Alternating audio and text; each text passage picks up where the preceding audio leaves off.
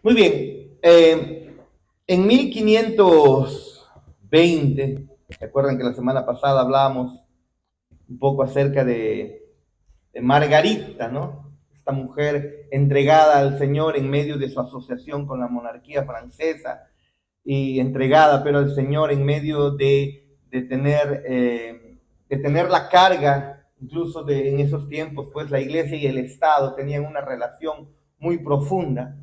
Y, y si usted se da cuenta, conocer del cristianismo histórico implica conocer historia, implica conocer la misma historia de Alemania, de Inglaterra, de Francia, de Holanda, de Suiza, donde la reforma protestante pues se dio con mucha fuerza, ¿no? Y transformó para siempre esas sociedades y el impacto luego que eso trajo incluso al mundo entero. El cristianismo, usted sabe, es la religión que más ha impactado en el mundo.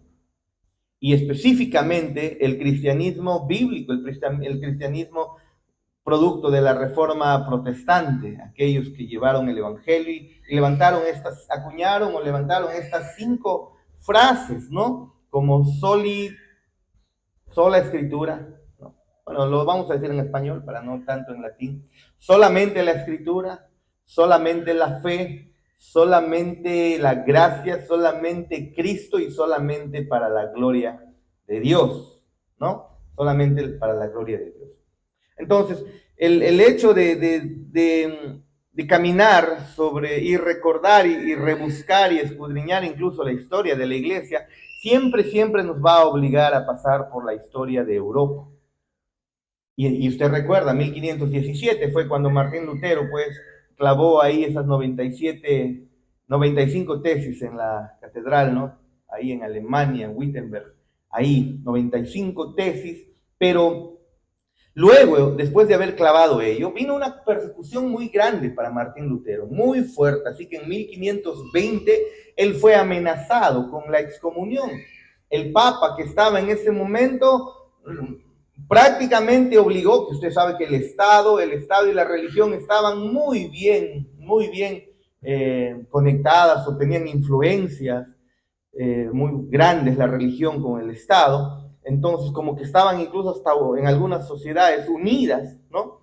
Así que él fue amenazado con la excomunión de la Iglesia Católica, del Sacro Imperio Romano, ahí en Alemania. Fue amenazado para ser votado si no dejaba de enseñar estas hermosas verdades, que somos justificados, que somos salvados, que somos hechos justos delante de Dios solamente por confiar en Cristo. Hermoso esta realidad. Solo que somos justificados, somos hechos justos, hermanos. Mírate tú delante del espejo, como siempre decimos, ¿no? Me miro delante del espejo y digo, yo no puedo ser salvado, no debería ser salvado, pero por la fe en Cristo, es lo que enseñan las Escrituras, he sido justificado. Por la fe, he sido salvado, no solo justificado, sino salvado. He sido hecho justo delante de Dios solamente por confiar en Cristo. Así que Lutero quemó la carta que el Papa, con la cual el Papa lo había amenazado, y el resultado fue que lo excomulgaron, lo votaron, lo sacaron a él. Pero a diferencia de John Hus, un pre-reformador del cual también hemos hablado anteriormente, antes de Martín Lutero, aproximadamente un siglo antes de Martín Lutero, en una circunstancia incluso similar a la de Martín Lutero, pero al Martín Lutero no lo quemaron como a John Hus, no lo quemaron vivo como a John Hus, sino que a Martín Lutero se le permitió marcharse después de haber negado, después de haber dicho esa famosa frase, no me encomiendo a Dios, ¿no? Que Él me ayude, algo así, ¿no?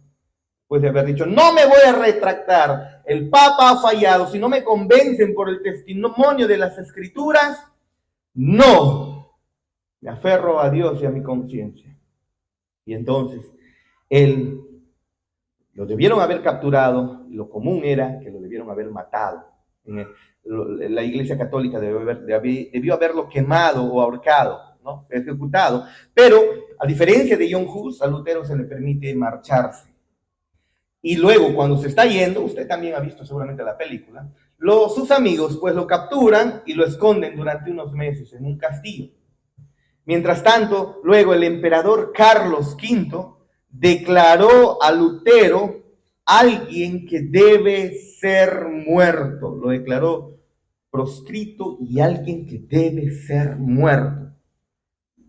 Al siguiente año, en el año 1522, Lutero luego regresa a Wittenberg, estamos todavía en Alemania, regresa a Wittenberg, y él sigue predicando, sigue escribiendo, sigue enseñando. Entonces, año tras año, las enseñanzas de Lutero, que eran contraculturales, porque lo que Lutero estaba enseñando era las escrituras, y si usted se acuerda, las escrituras son enseñanzas contraculturales, van en contra de la cultura. En la cultura, en toda la historia de la humanidad, especialmente en el Imperio Romano, la cultura era ser fuerte, ser valiente, ser aguerrido, no mostrar misericordia. Los romanos veían mal visto el mostrar misericordia. Y las escrituras, y Lutero incluso enseña eso, que Dios vino a traer misericordia, y por lo tanto tú debes ser misericordioso. Contrario a lo que el mundo enseña, ¿no? A lo que el mundo siempre ha enseñado, siempre ha levantado. Entonces, sus escritos estaban llegando, estaban esparciéndose, la imprenta se había inventado y eso providencialmente nuestro Dios usó para que los escritos de Lutero, la palabra de Dios incluso, o la palabra de Dios fundamentalmente, comience a extenderse por todos los estados. Bueno, para ese tiempo Alemania pues no era una nación en sí como lo es ahora, ¿no? Sino eran estados alemanes, ¿no? Estados alemanes, algo así. Entonces, iban en aumento sus escritos, y así que en 1526 el emperador lo que hace es decide que todo debía resolverse en una reunión ahí imperial. Pero lastimosamente, aún Lutero seguía perseguido. Aunque en medio de la reunión deciden ellos que cada estado al final decida qué religión tener.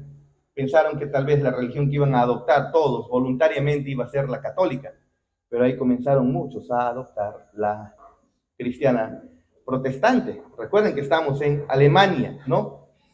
Alemania, recuerden, no era una sola nación, sino un montón de pequeñas ciudades-estado, nada más.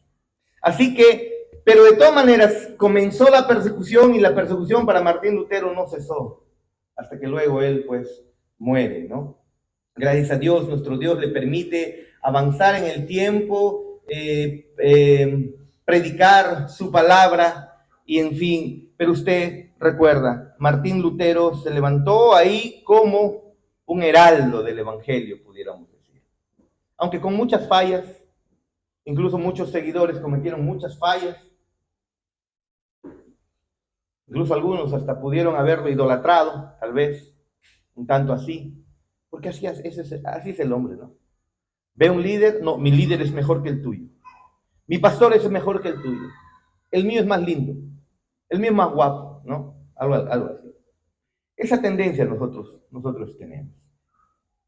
Pero las enseñanzas de Martín Lutero eran contraculturales y atacaban el corazón mismo de lo que era el Imperio Romano, de lo que era el Estado y la religión. Y eso me lleva a pensar en el Sermón del Monte. Cuando nuestro Señor Jesús abre su boca, se sienta en la ladera de una montaña, se sienta, abre su boca y comienza a enseñar cosas que son completamente contraculturales. Y vamos a ir entonces a Mateo, por favor, capítulo 5. Hace años atrás hemos visto las bienaventuranzas. Creo que cada bienaventuranza hemos tomado como 2 semanas, 3 semanas, si mal no recuerdo. Tal vez ya estoy desmemoriado. Pero hemos demorado en Mateo 5 solo las bienaventuranzas, creo algo de 2, 3 meses. Algo así, ¿no? Así que no pretendo volver a hacer ello, aunque sería tal vez interesante, bonito. Pero quisiéramos ver otra vez las bienaventuranzas como parte de las enseñanzas de Jesús, como parte de los sermones de Jesús, que el Evangelio de Marcos no nos lo relata. Hemos terminado de exponer el Evangelio de Marcos, usted lo sabe, hemos estado un año y medio, un año, creo que el año pasado ahí exponiendo versículo tras versículo, y yo les dije que vamos a volver ahora a algunas historias y enseñanzas de Cristo que Marcos no lo registra, pero que gracias a Dios los encontramos en otros pasajes. Así que Mateo, por favor, capítulo 5, ahí nos vamos a enganchar, o ahí nos vamos a quedar un momentito. En realidad es el capítulo 4, versículo 25. Mateo es el primer evangelio donde nosotros encontramos, o el primer evangelio que encontramos en la lista de libros del Nuevo Testamento, ¿no? Y aquí donde, justamente en el capítulo 5, es el primer gran bloque de enseñanzas de nuestro Señor Jesús que Mateo muestra. Y este primer gran bloque va del capítulo 5 al capítulo 7. Del capítulo 5 al capítulo 7 se le conoce como el Sermón de la Montaña o el Sermón del Monte. Y en ese Sermón del Monte, la primera parte se le conoce como las bienaventuranzas. Así que esta porción de las enseñanzas de Cristo son de las enseñanzas más amadas en toda la historia del cristianismo, por todos los que estudian las Escrituras y seguramente también por usted. Espero que así sea. Y usted seguramente se va a dar cuenta, si es que tal vez no lo ha percibido, porque es así. Miren lo que dice Mateo 4:25, porque Jesús le está hablando a las multitudes, le está hablando a muchos que se habían reunido mientras él estaba ministrando ahí, predicando la palabra en la parte norte de Israel. Recuerda usted el Antiguo Testamento que hemos estudiado, la parte norte. Recuerda, Mateo 4:25 dice, y le siguió mucha gente de Galilea, de Decápolis, de Jerusalén, de Judea y del otro lado del Jordán. Y viendo la multitud, capítulo 5, versículo 1, viendo la multitud, subió al monte y sentándose vinieron a él sus discípulos y abriendo su boca les enseñaba diciendo, y ahí comienza las enseñanzas, el gran sermón del monte, comenzando con las bienaventuranzas.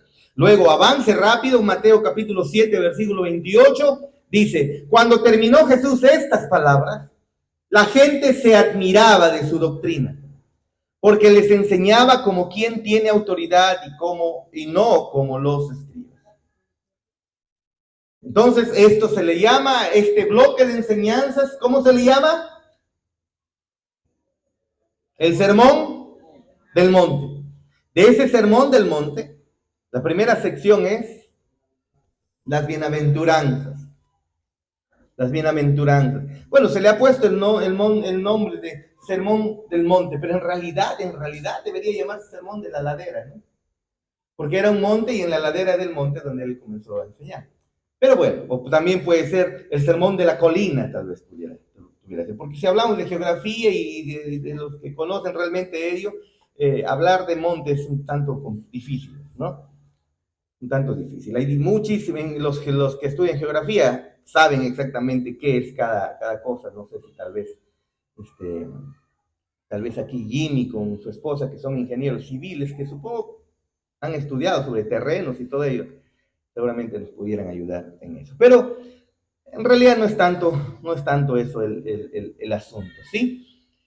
Ahora, pero cuando comenzamos a leer, miren ustedes, capítulo 5, versículo 3, y ahí comienza, abre su boca, comienza a enseñar y dice, bienaventurados los pobres, y comienza, ¿no? Bienaventurados los pobres en espíritu, porque de ellos es el reino de los cielos. Bienaventurados los que lloran, porque de ellos recibirán consolación. Bienaventurados los mansos, porque ellos recibirán la tierra por heredad. Bienaventurados los que tienen hambre y sed de justicia, porque ellos serán saciados. Bienaventurados los misericordiosos. Yo no sé, hermanos, yo no sé si viene a tu mente ahí cuando Moisés está con el pueblo de Israel pronto a entrar a la tierra prometida, cerquita, están prácticamente mirando la tierra prometida, una parte alta, casi antes de cruzar el Jordán, están mirando, recuerden la geografía que aprendimos en el Antiguo Testamento, están ahí observando ya la tierra prometida, y Moisés en Deuteronomio 28, en la parte final, ¿se acuerdan que ustedes, ahí hay un título, bendiciones de la obediencia? ¿Quién lo dijo? Punto para mí.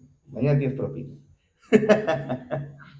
Bendiciones de la obediencia. ¿Se acuerdan? Vayamos, retrocedamos un poquitito, tipo, un poquitito, por favor.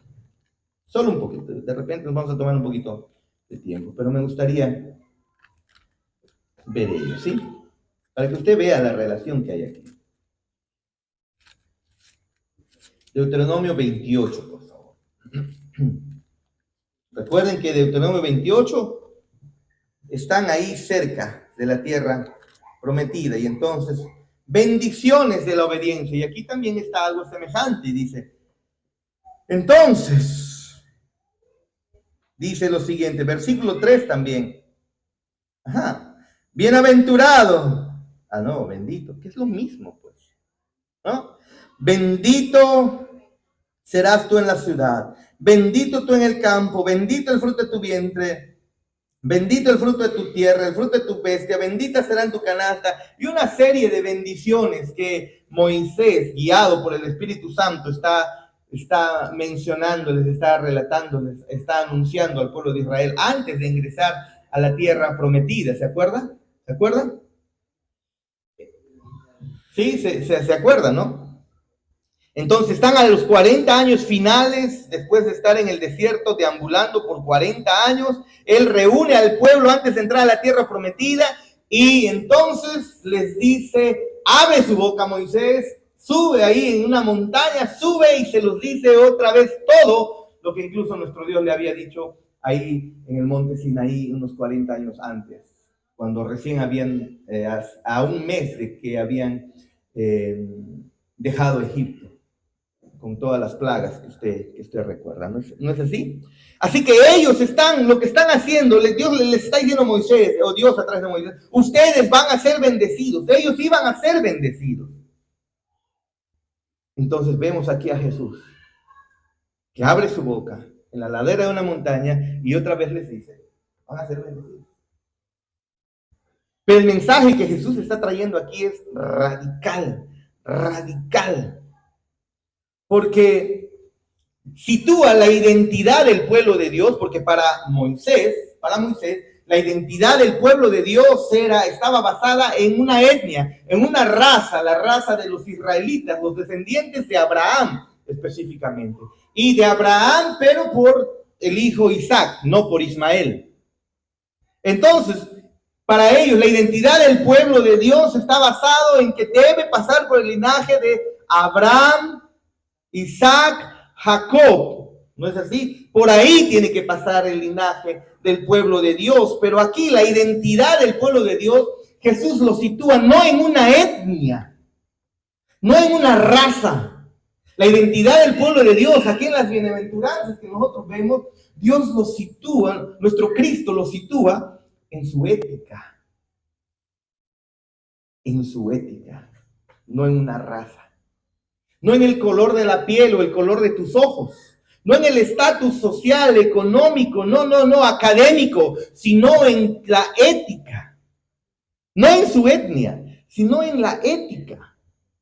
Esa es la identidad del pueblo de Dios. Tiene una ética particular, diferente a los del mundo. No se trata entonces de un ADN, ¿no?, físico de Abraham que ellos debían tener, sino la cuestión era que tenían que tener la fe de Abraham. Eso era el asunto. No se trata de raza, como Hitler, ¿no? Le incomodaban todos los judíos. Y si mal no recuerdo, él mismo siendo judío, ¿no? Tenía ascendencia judía. Se trata de la gracia. Y entonces Jesús se dirige directamente a la identidad del pueblo que se consideraba el pueblo de Dios, que se consideraba descendientes de Abraham biológicamente por ADN, ellos no entendían de ADN, pero decían por linaje. Y entonces él se dirige directamente a esa identidad y lo corrige. La identidad del pueblo de Dios no tiene nada que ver por raza, por etnia, tiene mucho que ver más bien por la ética. Y Jesús comienza a corregir eso aquí con las bienaventuranzas. Como les dije, no vamos a detallar cada una de ellas, lo vamos a hacer de manera general. De manera general. Así que él está reajustando eso. Está diciendo que no es que ellos habían tomado, o no es que ellos eran pueblo de Dios por ser descendientes de Abraham. Y comienza entonces exponiendo aquí Mateo la experiencia del cristiano. El verdadero cristiano es esto. Y luego en este sermón sigue hablando y dice, estas son las esperanzas del cristiano. Este es el testimonio entonces que estamos llamados a dar nosotros espiritualmente a este mundo que está sumergido en pecado. No se trata del color de tu piel, de tu inteligencia, se trata entonces de tu ética. La ética de los creyentes. ¿Cuál es? ¿Y dónde comienza? Otra vez.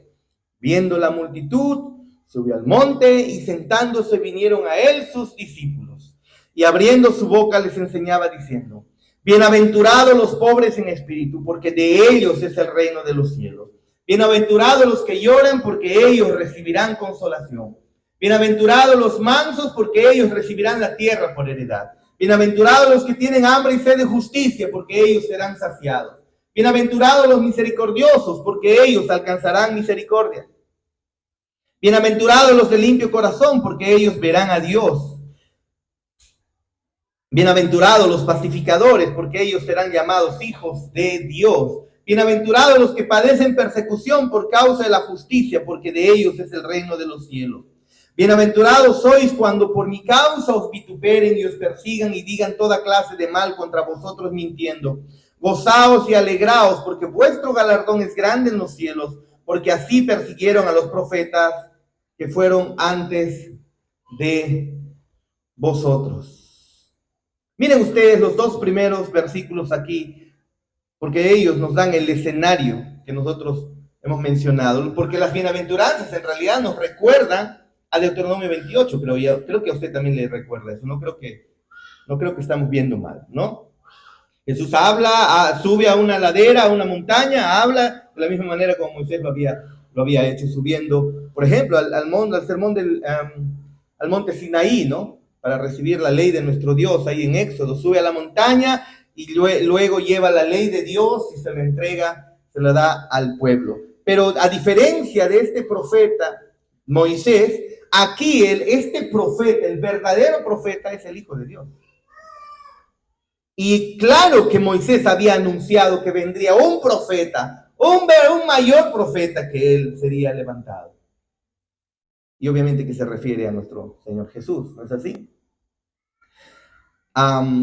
Pero recuerden, vean ustedes esto, por favor. ¿Qué es lo que hace Jesús? Se sienta a enseñar. Eso es interesante. Se sienta y comienza a enseñar. ¿De dónde viene?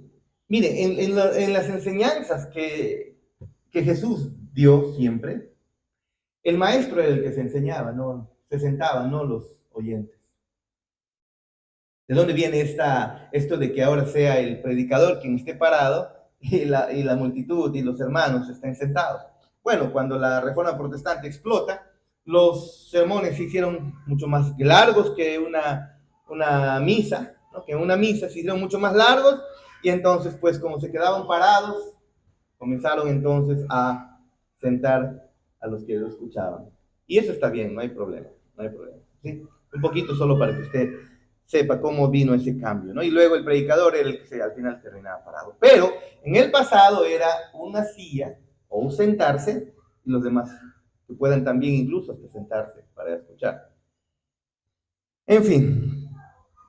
Pero entonces lo primero que vamos a ver es la experiencia del cristiano a través de estas bienaventuranzas, ¿sí?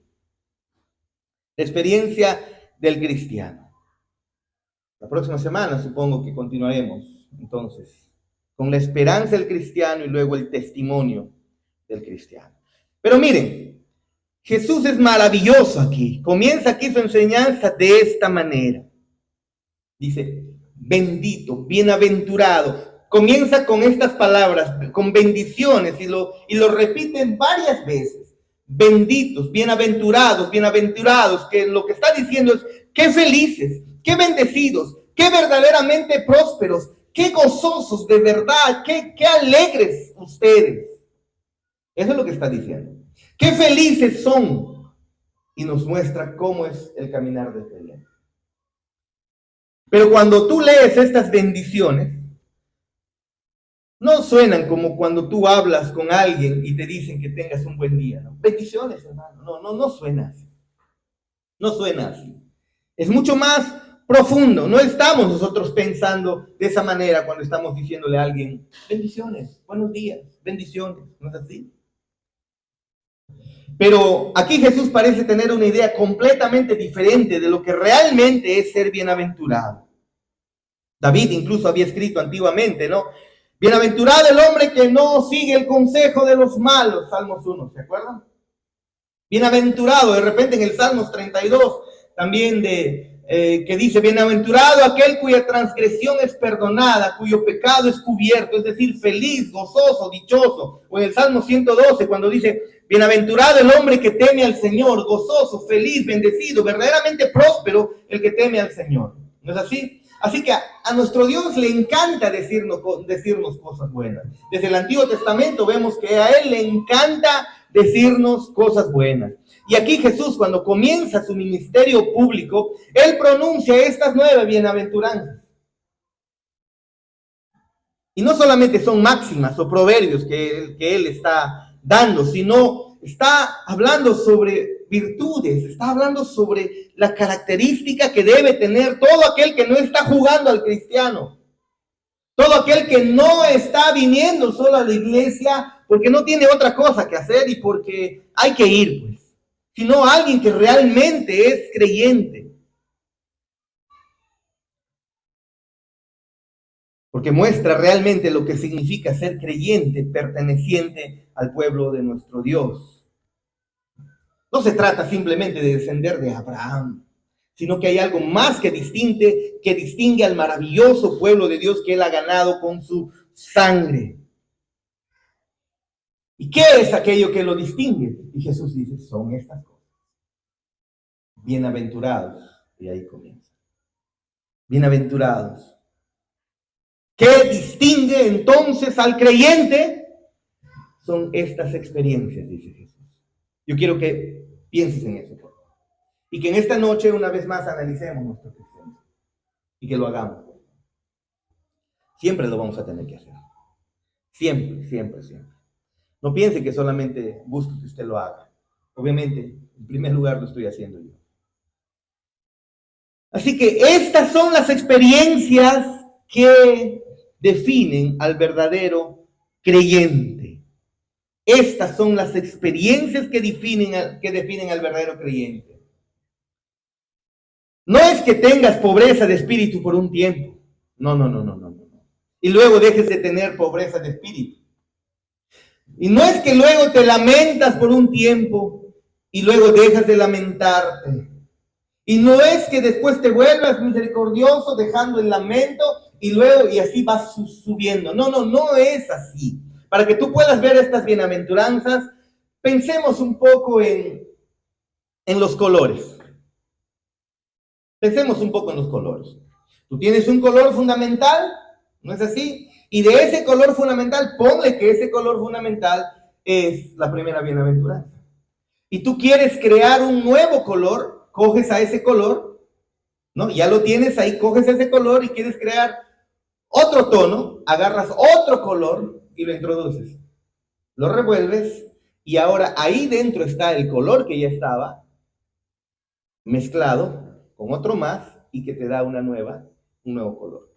A ese mismo quieres darle otra tonalidad, coges otro color externo y lo metes y lo mezclas, pero ahí tienes ya los 2 colores anteriores, los 3 colores anteriores, pero que te están dando una tonalidad diferente.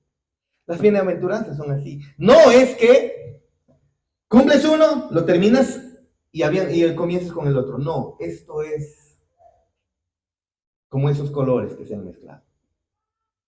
Todos estos deben estar en el verdadero creyente.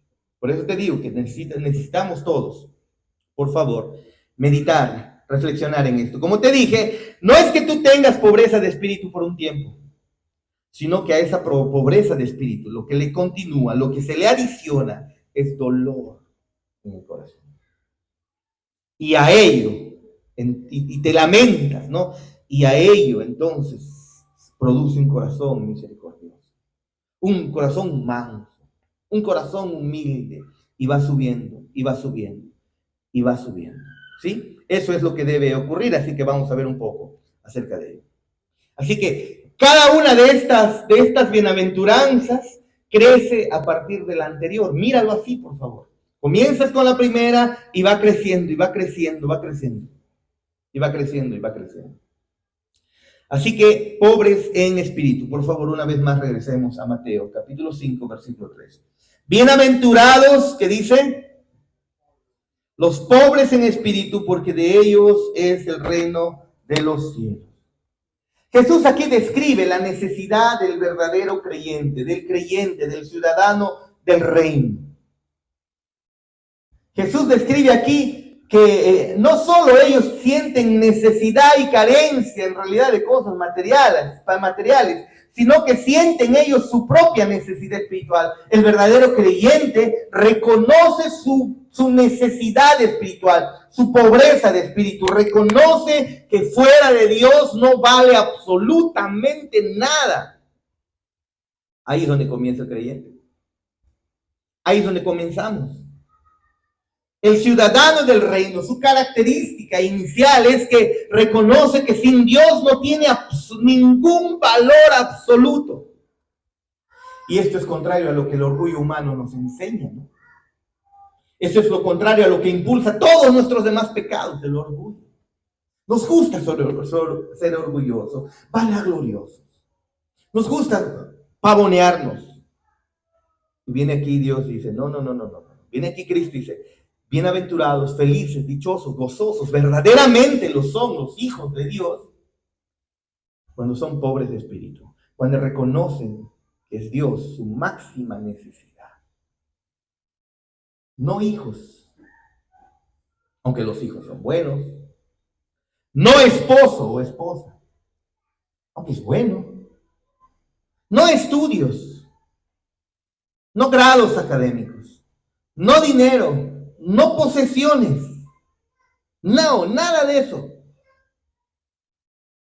Porque en realidad nuestro orgullo impulsa todos nuestros pecados. Y claro, no hay manera en que un cristiano comience la vida sin primero, su vida espiritual sin primero reconocer que necesita de Dios. Ahí comienza. Yo espero que usted esté sentado ahí porque usted reconoce su necesidad de Dios. Voy a la iglesia porque lo necesito, porque quiero escuchar su palabra, porque quiero crecer en el conocimiento de quién es ese Dios, de qué es lo que ha hecho por mí.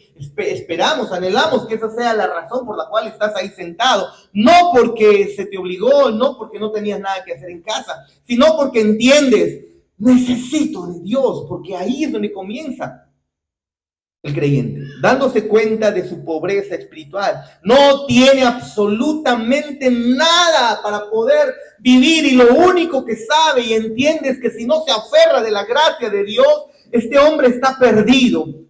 Ese es un pobre espiritual. Bienaventurados los pobres en espíritu. Aquellos que son capaces de venir delante de Dios como mendigo, como pordiosero, como el peor de los mendigos, que no tiene vergüenza, que la reputación suya no le importa. ¿Vas a la iglesia? ¿O yo? Ahí a veces. Chévere cantan. Hay una hermanita, un hermanito. Por eso voy. No, estás viniendo porque reconoces que necesitas de Dios. Porque ahí es donde comienza la vida espiritual. Ahí es donde comienza. Cuando nos miramos a nosotros mismos, cuando nos damos cuenta de nuestro vacío espiritual, cuando reconocemos que nada ha llenado nuestras vidas y que solamente Dios puede hacerlo, pero no solamente en el sentido de llenar de vacío, de propósito, sino de verdad, de la necesidad de que tengas a Dios en tu vida, porque Él es la vida, y lejos de Dios no hay vida, solamente hay muerte. Miren cómo lo expresa Martin Lloyd Jones. Es la conciencia de nuestra absoluta nada cuando nos encontramos cara a cara con Dios. Venimos delante de Dios reconociendo no tengo nada en mis manos. ¿Qué he logrado que te sirva? Nada. ¿Qué tengo que te sirva? Nada. ¿Qué puedo darte a ti, oh Dios? Nada. Solo pecados y más pecados. No tengo nada. Es la conciencia de nuestra absoluta nada cuando nos encontramos cara a cara con Dios. Aquí es donde comienza el cristianismo, hermanos. Aquí es donde comienza la vida espiritual. Es aquí, justamente aquí. Bienaventurados los pobres en espíritu, aquel que clama, oh Dios, ayúdame, por favor, necesito más que un hombre, más que una mujer, más que la vida misma, más que mi sanidad, te necesito, Dios. Que pueda clamar. Ahí comienza. En este tipo de pobreza, ahí es donde comenzamos. Sabiendo entonces que si no es su gracia extendida a nosotros, estamos perdidos. Pero no acaba ahí. No acaba ahí. Porque nosotros acudimos a Dios no por lo que tenemos, sino por lo que Él tiene, que nosotros no tenemos.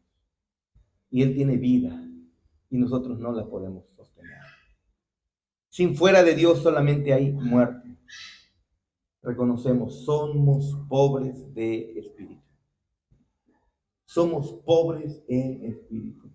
Y algo que tenemos que adicionar en medio de la liturgia es que después de los cánticos, el director y todos los directores de la liturgia, recuérdenlo por favor, justo después del último cántico, el director debe guiar a una oración de confesión a la iglesia. Confesión de pecados, reconociendo nuestra necesidad de Dios, el reconocimiento de nuestra pobreza espiritual. Así es donde comenzamos la vida cristiana. Viendo nuestra carencia, viendo lo que nos falta, viendo lo que no tenemos, nos damos cuenta que somos pobres de espíritu. Reconociendo que necesitamos de Dios. Por eso te pregunté, ¿por qué has venido hoy día en la noche? ¿Porque necesitas de Dios o porque esta vez sí te dio la gana?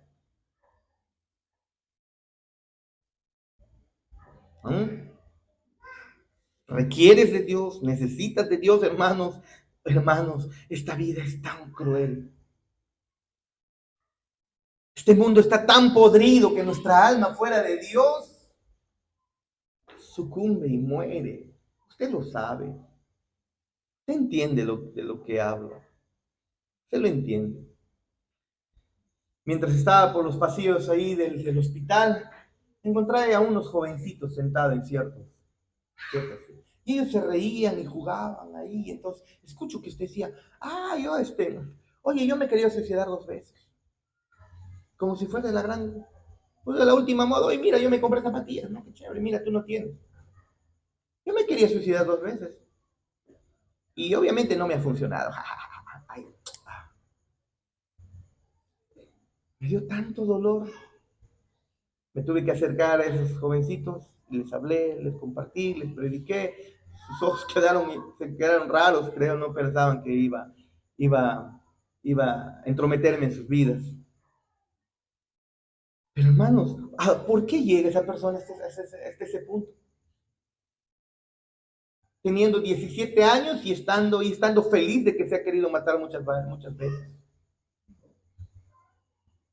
Fuera de Dios no hay vida, hermanos. No, no lo hay, no lo hay. Ahí es donde comienza la verdadera vida espiritual, cuando tú reconoces que necesitas de Dios. Te pregunto, ¿necesitas de Dios? ¿Necesitas? Más que cualquier cosa.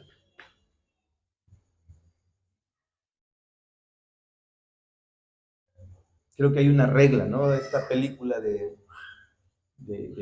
Viven, ¿se acuerdan de esa película de Viven? Hace muchos años, creo que ha salido una nueva por ahí. ¿no? Del avión. Muy triste esa historia, cómo es que terminan comiendo carne humana, ¿no? Carne humana para poder sobrevivir. Terminaron sobreviviendo apenas de 30 y tantos, creo que solamente 16, 15. Al final tuvieron que comer carne humana para poder sobrevivir casi por más de casi 3 meses, ¿no? Casi por 3 meses. Pero ahí alguien decía que hay una regla de la vida, o algo así. Decía. La regla de los tres, ¿no? 3 minutos sin respirar, te mueres. 3 minutos, 3 días sin agua, te mueres. 3 semanas sin comer, te mueres. Te mueres. Y eso lo decían para ver que necesitaban tomar agua, pues entonces el hielo comenzaban a comer hielo, pero les faltaba todavía alimento. Y entonces comenzaron a comer carne humana. Pero sabes, la regla básica del creyente para encontrar vida es reconocer que está muerto en primer lugar. Para hallar la vida es reconocer que estás muerto. Estás sin esperanza, sin Dios, estás sin esperanza, estás sin vida. No hay vida. Solamente eres un ente biológico que respira y como decíamos en esta semana en la clase, estás quitándole el oxígeno a los otros seres vivos. Tu vida no tiene sentido si no comienzas reconociendo que Dios es tu mayor necesidad, más que el agua, más que el aire, más que cualquier cosa. Es Dios. Y entonces llegamos a la siguiente experiencia. Sigamos. Versículo 4. Bienaventurados los que lloran. Recuerden que estamos haciéndolo de manera panorámica esto. Hemos enseñado esto, incluso qué significa porque de ellos es el reino de los cielos. Eso no estamos tocando ahora, ¿sí? Bienaventurados los mansos. Perdón, bienaventurados los que lloran, porque ellos recibirán consolación. Bienaventurados. Ahora, no significa esto llorar por cualquier cosa. No significa llorar por cualquier cosa. Usted sabe y se da cuenta que nosotros no llamamos. Quienes quieren entregar su vida a Cristo, pasen al frente y comiencen a llorar. No, nosotros no hacemos eso. Porque a veces sin querer, no significa que siempre ocurra, a veces sin querer, lo que está ocurriendo es que ya pasan al frente y lloran porque la vida les ha ido mal. Pasan al frente y lloran porque les salió mal el negocio, porque les salió mal algo les ha ido mal en la vida, las decisiones la terminaron mal y entonces hay un dolor en su corazón porque fracasaron, porque fallaron, pero saben, no se trata de llorar por esas cosas. No se trata porque la vida te fue mal, porque tomaste decisión equivocada al momento de estudiar, del negocio, de construir una casa, o de repente se lo llevó el río y comenzaste a llorar porque el río se lo llevó. No se trata de esas cosas. No se trata de ese tipo de duelos. De ponernos en luto porque las cosas alrededor, por las cosas que van alrededor de nuestras vidas, de nuestras circunstancias, porque tengo un hijo malcriado, porque tengo un rebelde, porque no quiere estudiar, porque está enfermo y entonces me pongo a llorar, porque ay duro, estoy sufriendo, son noches que no estoy durmiendo, ay yo me pongo a llorar. No se trata de esas cosas. Aquí está bienaventuranza, bienaventurados los que lloran. No se trata de llorar por las cosas que te están aconteciendo, porque déjame decirte, si vas al discipulado, sabes muy bien que a ti te debe pasar peores cosas. Date por bien servido la vida que tienes. Más bien la vida que tienes es maravillosa, porque no la mereces. No la merecemos. No importa cuál sea tu dificultad, tu problema, la vida que tienes es demasiado para lo que somos. Es demasiado.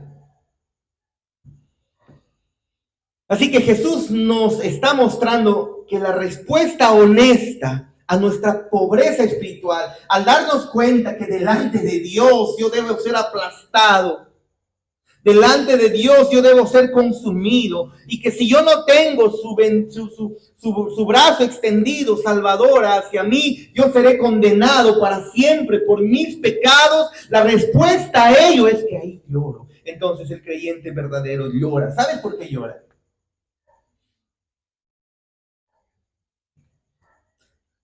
Antes, en mis tiempos, había una película, una novela, Natacha, ¿se acuerdan? Me acuerdo que algunos familiares viendo a Natacha, creo cuando se muere, no sé quién, ahí un personaje, llorando ahí, creo a blanco y negro, creo, o en colores, llorando. No se trata por las películas que ves y te pones a llorar. No se trata porque te está tratando, no se trata de llorar porque el mundo te está tratando mal. Déjame decirte que esas lágrimas no está de mal que la hagas. Puedas liberar, puedas descargarla, pero eso no trae vida. No trae vida. Si tú repudias algo, no es lo que te está ocurriendo en el entorno. Si tú repudias algo, es tus pecados. Y lloras delante de Dios, porque todavía los tienes. Todavía pecas. No solamente me pasa a mi hermano. ¿Usted no peca? ¿Usted no falla? Siendo creyente, ¿usted no falla? Entonces la respuesta natural del creyente que reconoce su necesidad espiritual es: Señor, perdóname. ¿Te das cuenta la diferencia de las cosas por las que lloramos? Perdí un negocio, perdí algo. No, no, no. Lloras porque tus pecados son una ofensa delante de Dios. Y lloras.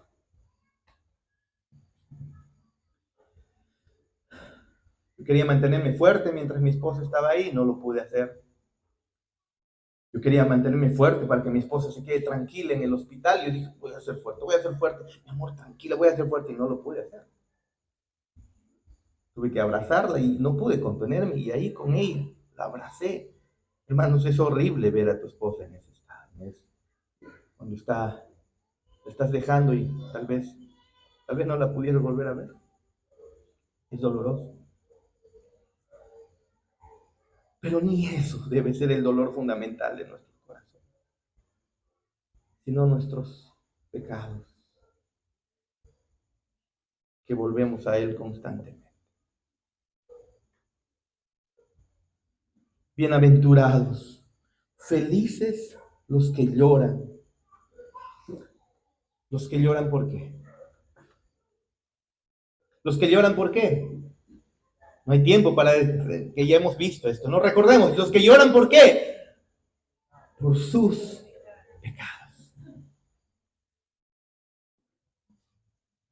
Y Jesús nos muestra la respuesta honesta a nuestra pobreza espiritual, a nuestra propia pobreza de espíritu, a nuestros propios pecados. La respuesta a nuestra pobreza espiritual debido a nuestros pecados es llorar y llorar.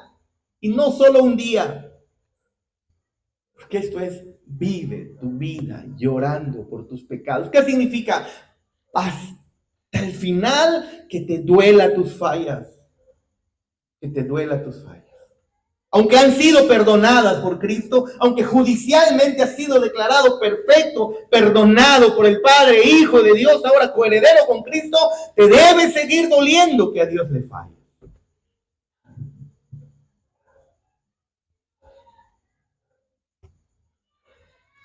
Increíble, ¿se acuerdan ustedes la parábola de este recaudador de impuestos en Lucas que encontramos? Lucas 18, ¿no? Cuando el fariseo se levanta y luego reza y dice: oh, gracias, yo no soy así como este tipo que está aquí. Yo no soy como este, ¿no? Él era un fariseo, era un conocedor de las escrituras, era un maestro de la ley. Padre, gracias porque yo no soy como este pecador. Mientras tanto, el otro dice: oh Dios, ten misericordia de mí, ten piedad de mí que soy un pecador. Y obviamente lloraba. Y el texto continúa diciendo: ¿A quién Dios recibe con brazos abiertos? Aquel que está limpio de pecado. No, este fariseo estaba lleno de pecados y no lo podía ver. Estaba agradecido de Dios porque él no era un adúltero. Él no era un asesino.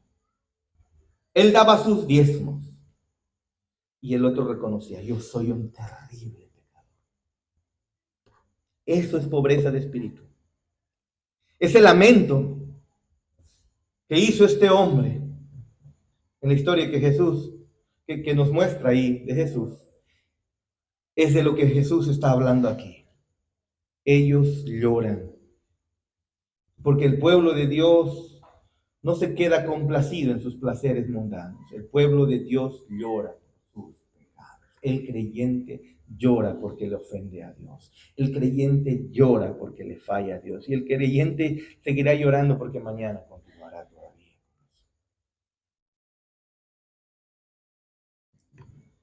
Luego versículo 5. Bienaventurados los mansos. Recuerda que esto es como una pintura, ¿no? Pusimos un color y ahora le adicionamos otro y mezclado tenemos otro. Esto va creciendo. Esto va creciendo.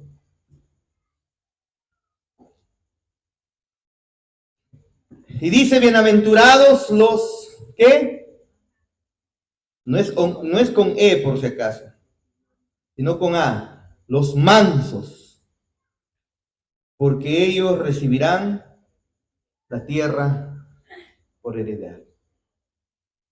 Y entonces vemos que el verdadero creyente, el Hijo de Dios, es manso. Y algunos todos gozosos dicen, ¿no? Yo seré creyente, pero menso no soy. ¿No? Y mostrando más bien un orgullo. A mí no me la hacen. Y aquí nuestro Dios dice, bienaventurados son los mansos. Al parecer, aquí está, nuestro Señor Jesús está usando el Salmos 37:11, ¿no? Cuando dice, los mansos se heredarán la tierra y se deleitarán en abundante paz. ¿Y quiénes son los mansos aquí? Aquellos que tienen el gozo tranquilo, ¿no? O tienen el corazón calmado, tranquilo. Eso, los mansos. Aquellos que no se halagan a sí mismos, que tanto nos gusta hacer a nosotros, ¿no? Yo tengo un familiar que cada vez que alguien cuenta algo, y yo también, ¿no? Y a mí también, yo también tengo. Entonces alguien viene, aparece y se compra algo, o yo tengo algo mejor, ¿no? Algo así. Al ser humano le gusta halagarse, pero al verdadero cristiano el conocimiento de la pobreza de espíritu le lleva a lamentarse por sus propios pecados, y una vez que estén en luto por sus propios pecados, esto va a afectar en cómo trata a las demás personas. Es decir, se hacen mansos ante los demás. Miren cómo va avanzando esto. Escuchen, reconoce que sin Dios no valen nada. Lloran por sus pecados, se quebrantan y luego se dan cuenta, obviamente soy un pecador, necesito de Dios, Padre, perdóname. Lloran por sus pecados y levantan la mirada y se dan cuenta que Dios es el estándar, no el hombre, y entonces no se les ocurre tener un pensamiento superior de ellos, más de lo que Dios tiene. No ven a los demás como inferiores, sino ellos mismos se dan cuenta que sus vidas fuera de Dios es un desastre, que no vale nada, y por lo tanto, no estoy intentando creerme delante de los demás algo que no soy. Tratan a las personas con humildad, con mansedumbre. Al ver sus pecados, al ver su pobreza de espíritu y al ver sus pecados, ahora eso afecta cómo se comportan con las otras personas. No los mandan a rodar. Debemos recordar eso constantemente. Van a tratar a las personas de manera diferente. ¿Por qué? Porque lo que sabemos de nosotros mismos va a moderar la forma en la que nosotros nos relacionamos con los demás.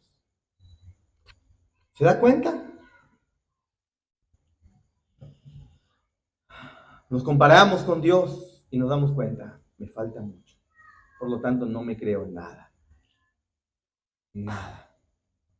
Entonces, el pueblo de Dios no es autosuficiente. El pueblo de Dios no es agresivo con los demás. El pueblo de Dios no siente que es superior a otros, o que sus conocimientos, o que sus finanzas, o que su cuerpo, o incluso físicamente, ay, yo soy más guapo que tú, o más guapa que aquella. No, no le importa esas cosas, porque sabe qué es lo que Dios en realidad vio y a pesar de ello lo salvó. No se trata de eso. Jesús dice que el verdadero pueblo de Dios es aquel que se lamenta por sí mismo y que no tiene interés en que los demás piensen demasiado de él. Lo último que quiere es que la gente piense que él es alguien especial. Y es que cuando piensa así, entonces su relación con los demás es más fácil, ¿no? ¿Te das cuenta? Entonces el trato que te puedan dar, cuando me dicen cabezón, ¿algún problema? No hay nada. Cabezón soy. Cuando te dicen gorda, no vas a sumergirte en la depresión. No te importa. No te importa.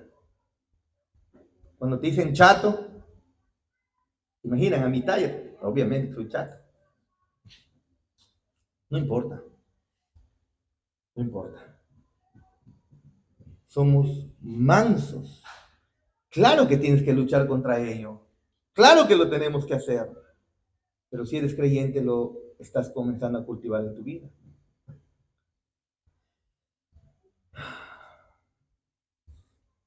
Y luego nos damos cuenta de que nuestra propia fuerza de voluntad es insuficiente para darnos lo que nosotros necesitamos. ¿Y qué es lo que ocurre? Versículo 6. Bienaventurados los que tienen hambre y sed de justicia, porque ellos serán, ¿qué dice? Saciados.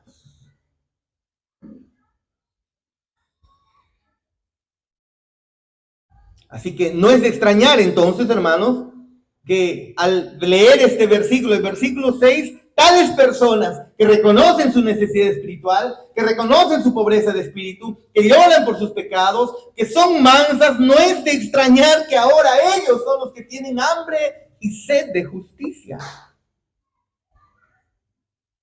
¿Y qué es lo que desean? Vindicación para sus propias vidas. Desean ser justos en sus propias acciones. No están diciendo que me hagan justicia. Lo que están clamando es hambre y sed de justicia. Es decir, quiero ser justo. Y es mi mayor necesidad. Quiero ser justo. Quiero caminar íntegro. Quiero tener delante de Dios, caminar en integridad. Eso es su mayor deseo. Gozosos. Bienaventurados los que caminan así, dice Jesús. Desean ser justos en sus propias acciones.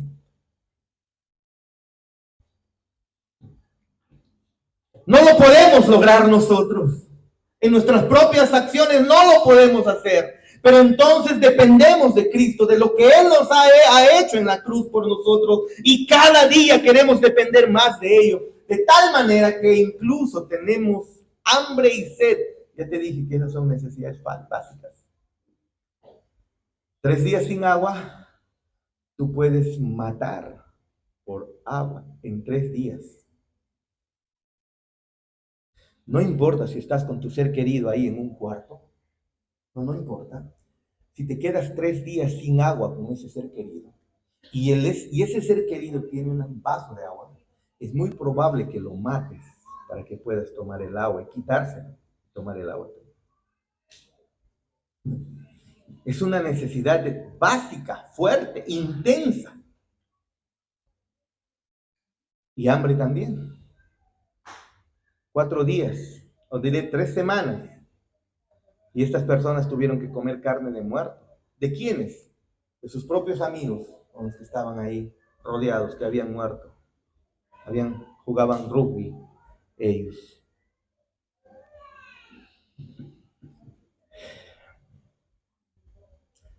En nuestra propia fuerza de voluntad no podemos ser justificados. ¿Qué necesitamos? Anhelamos una justicia que no tenemos. La anhelamos diariamente, la queremos ver más visiblemente. Y de nuevo, como el recaudador de impuestos ahí en el Lucas 8, él anhela que Dios de alguna manera sea su Dios. Este recaudador anhela que Dios de alguna manera expíe sus pecados, sea propicio a él, pecador. ¿Se acuerdan? Él anhela eso. Así que estas primeras características nos sirven para darnos cuenta de nuestra propia necesidad. ¿No es así? Y luego la tercera, la mansedumbre, actúo yo de acuerdo a lo que ya sé. Sé que soy pobre en espíritu, lloro por mis pecados y ahora me comienzo a caminar mansito, ¿no? Incluso en el trabajo no mando a rodar a mis compañeros. Ay, me las va a pagar. Ya va a ser. Que el Señor me juzgue, no lo juzgue. No, la mansedumbre. Actúo de acuerdo a esa verdad. Y luego está esta cuarta bienaventuranza que representa el volverme para buscar una solución. ¿Qué quiero? La imagen de Jesús en mi vida. Hambre y sed de justicia. Su justicia que me ha imputado, quiero que sea visible diariamente. Su santidad quiero verla diariamente. Por lo tanto, no reacciono. ¿Se dan cuenta? Va creciendo como esto, ¿no? Es como una bola de nieve que comenzó y se va haciendo más grande, pero adentro está la misma nieve que comenzó y se va haciendo más grande y más grande y más grande. El hambre de esta justicia, la sed por esa justicia. Si quieres en este momento preguntarte si perteneces al reino de Dios, si realmente eres hijo de Dios, te animo a que medites en estas bienaventuranzas y te preguntes, ¿cómo vamos? Vamos, pregúntate en tu corazón, ¿cómo vamos? ¿Está representado aquí una imagen tuya? ¿Conoces la verdad acerca de ti mismo? ¿Qué es lo que te hace llorar? ¿Qué es aquello que te está haciendo llorar, hermano amado? ¿Qué es aquello que por lo cual derramas lágrimas? ¿De qué tienes hambre y sed? ¿De qué tienes hambre y sed? ¿Qué quieres que piensen los demás de ti?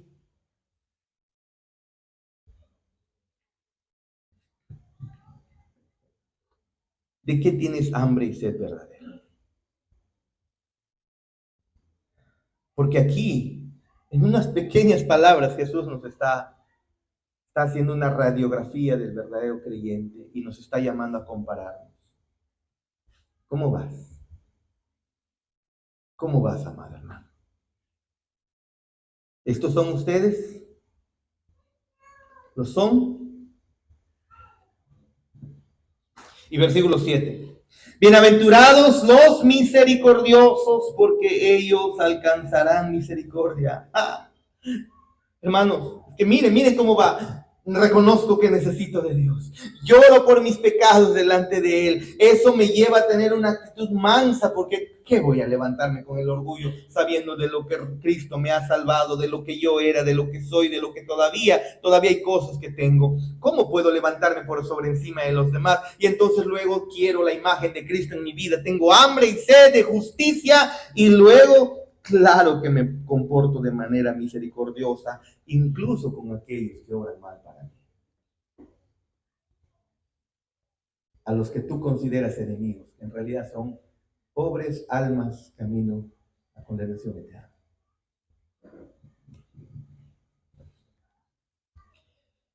Así que los que son verdaderamente felices y prósperos, estos bienaventurados, también son, ¿qué cosas son? Misericordiosos. Como les dije, para el Imperio Romano la misericordia no era bien vista. Para nada bien vista. Y es obvio también que la misericordia no era bien vista para los fariseos. Pero acá nos muestra que la característica del creyente es que es misericordioso, compasivo. Y la respuesta o la misericordia es una respuesta tan apropiada para quien se sabe que es un pecador terrible.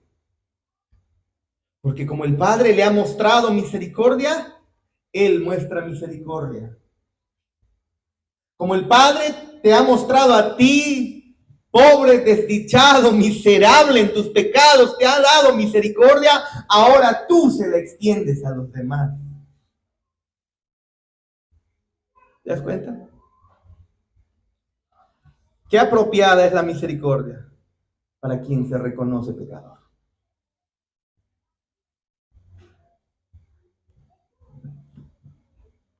Y esa misericordia es mucho más natural en aquellas personas que reconocen de verdad su necesidad de compasión. Yo necesito la compasión de Dios, por lo tanto también se la entrego. He recibido la compasión de Dios, por lo tanto también se la entrego a los demás. Y versículo 8, porque nos dan el tiempo. Bienaventurados los de limpio corazón, porque ellos verán a Dios.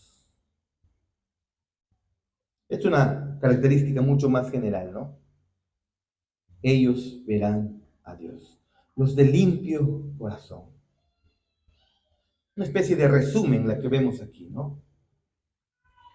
Pero que nos lleva, que Jesús nos muestra que está yendo en contra de la hipocresía.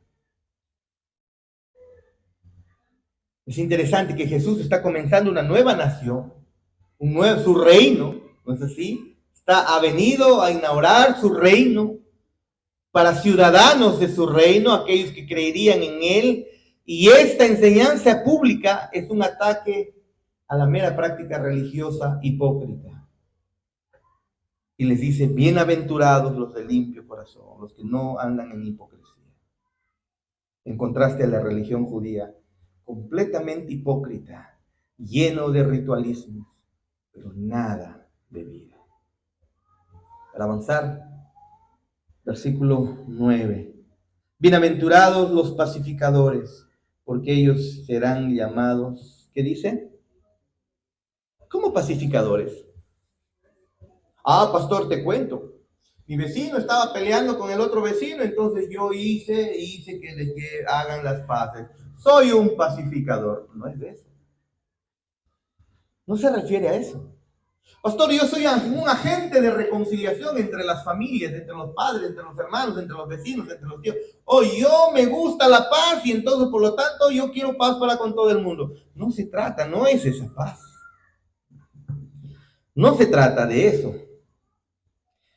Salmos 34:14, David exhortaba, buscad la paz y seguidla.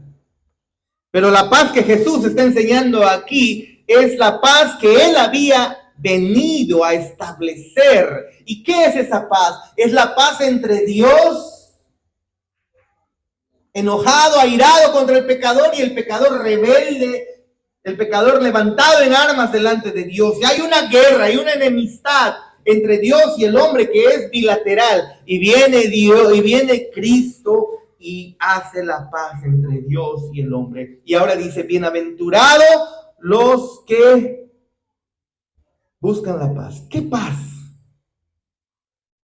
Básicamente está diciendo bienaventurados los que predican el evangelio, porque es el evangelio el que trae paz entre Dios y el hombre.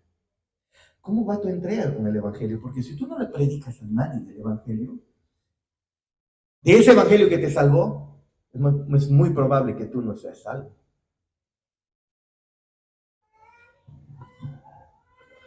Benditos los evangelistas. Recuerden la profecía del ministerio de Jesús en Isaías capítulo 9, versículo 7, desde el 6, dice, porque un niño nos es nacido, hijo nos es dado, y el principado sobre su hombro, y se llamará su nombre admirable, consejero, Dios fuerte, Padre eterno, príncipe de paz. Lo dilatado de su imperio y la paz no tendrán límites sobre el trono de David y sobre su reino. Está hablando de Jesús, obviamente. Lo dilatado de su imperio y la paz no tendrán límite, pues Jesús estaba enseñando que su ministerio había venido a traer la paz de Dios para con el hombre.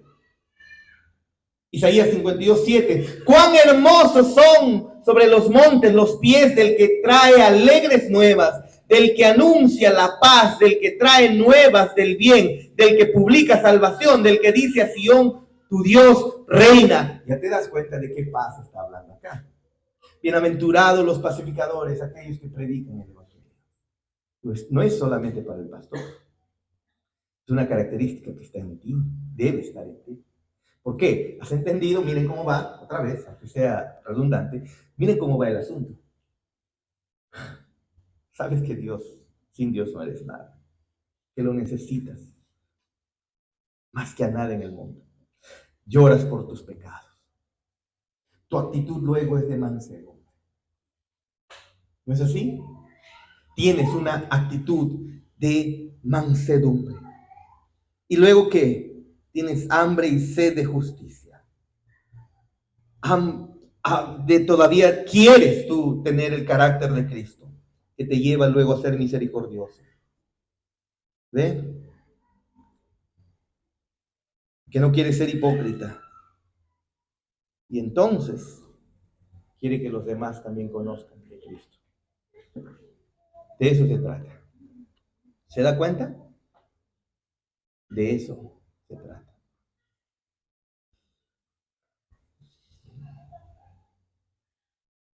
Claro que queremos contárselo a los demás. Claro que queremos hablarle a los otros del Evangelio. Y para eso es que se enseña el Evangelio, para que despiertes a esa realidad y anuncies ese Evangelio a todo aquel que todavía entiendes no ha hecho la paz con Dios. Pongámonos de pie para terminar.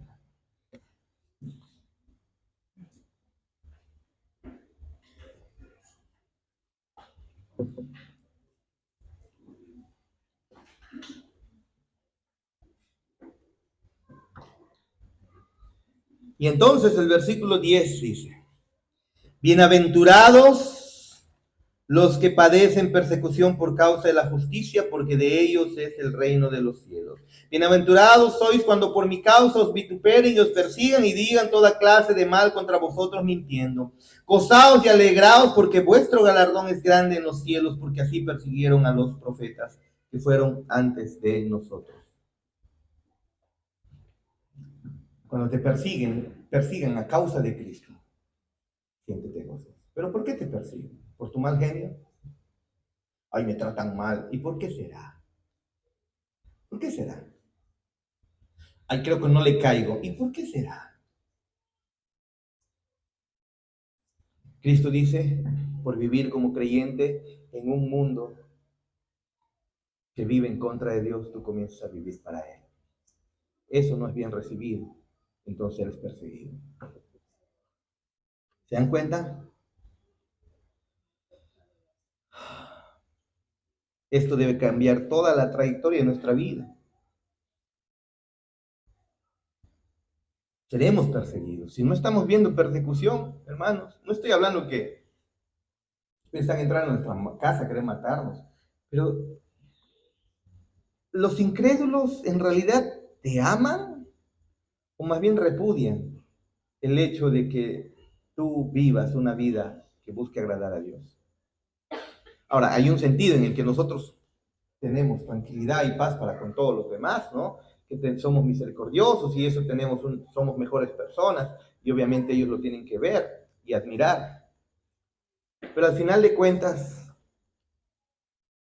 debemos rechazar lo que ellos aman. Y eso siempre va a traer rechazo también de ellos para con nosotros. Y Jesús dice, ahí está, gozaos y alegraos cuando ello ocurre. Puede ser de tu misma familia.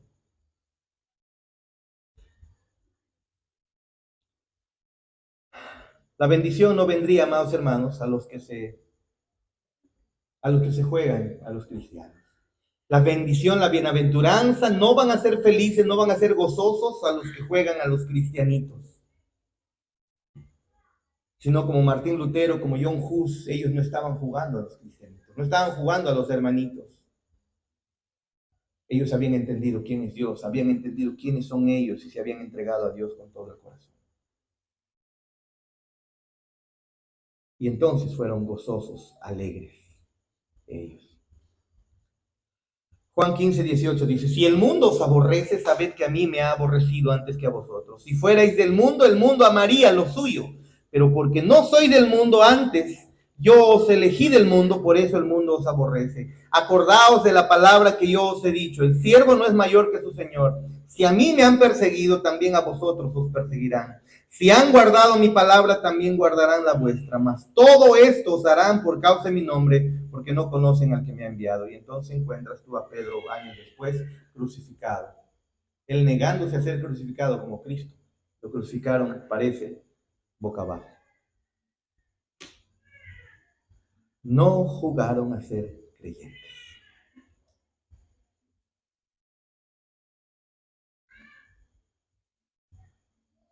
¿Estás jugando tú? Amado Padre Santo, gracias te damos por esta noche. Que nos has recordado cuáles son las características de los hijos tuyos, de aquellos que de verdad han venido creyendo. ¿Quién eres tú? Lo que tu palabra dice de ti, lo que tu palabra dice de nosotros, incluso lo podemos ver con nuestros propios ojos, en nuestras propias experiencias. ¿Quiénes somos? Y entonces nos hemos vuelto a ti, desesperados, deseosos, reconociendo de que somos pobres, que te necesitamos, como pordioseros, como mendigos, hemos venido delante de ti a llorar por aquello que te ofende, por nuestros pecados, no por el pecado de los demás inicialmente, sino por el nuestro principalmente. No acusar a los demás, sino a nosotros mismos, a recordar nuestras injusticias, nuestras maldades y llorar porque eso es lo que trae enemistad entre tú y el hombre. Y entonces al encontrar tu gracia salvadora, que no lo merecíamos, nos hacemos mansos, porque no nos creemos mejor que nadie. Éramos miserables y nos has salvado. Ayúdanos, Señor, a meditar en estas bienaventuranzas y que sean como un examen para nosotros, porque lo es. Que recordemos, que veamos, Señor, en tu palabra, como un espejo, si nos estamos pareciendo o no a ti. Y si, Señor, todavía hay, y obviamente hay muchas cosas que no te agradan, que tú lo puedas cambiar al reconocer nosotros que solo tú lo puedes hacer, pero que nos ordenas también a nosotros a abandonar aquello que no te agrada. Ayúdanos, Señor, a seguir confiando en ti, a quebrantar nuestros corazones, a llorar por nuestros pecados, a entender que ahí es donde comienza y da fruto verdadero la vida cristiana, para la gloria de tu nombre. Amén.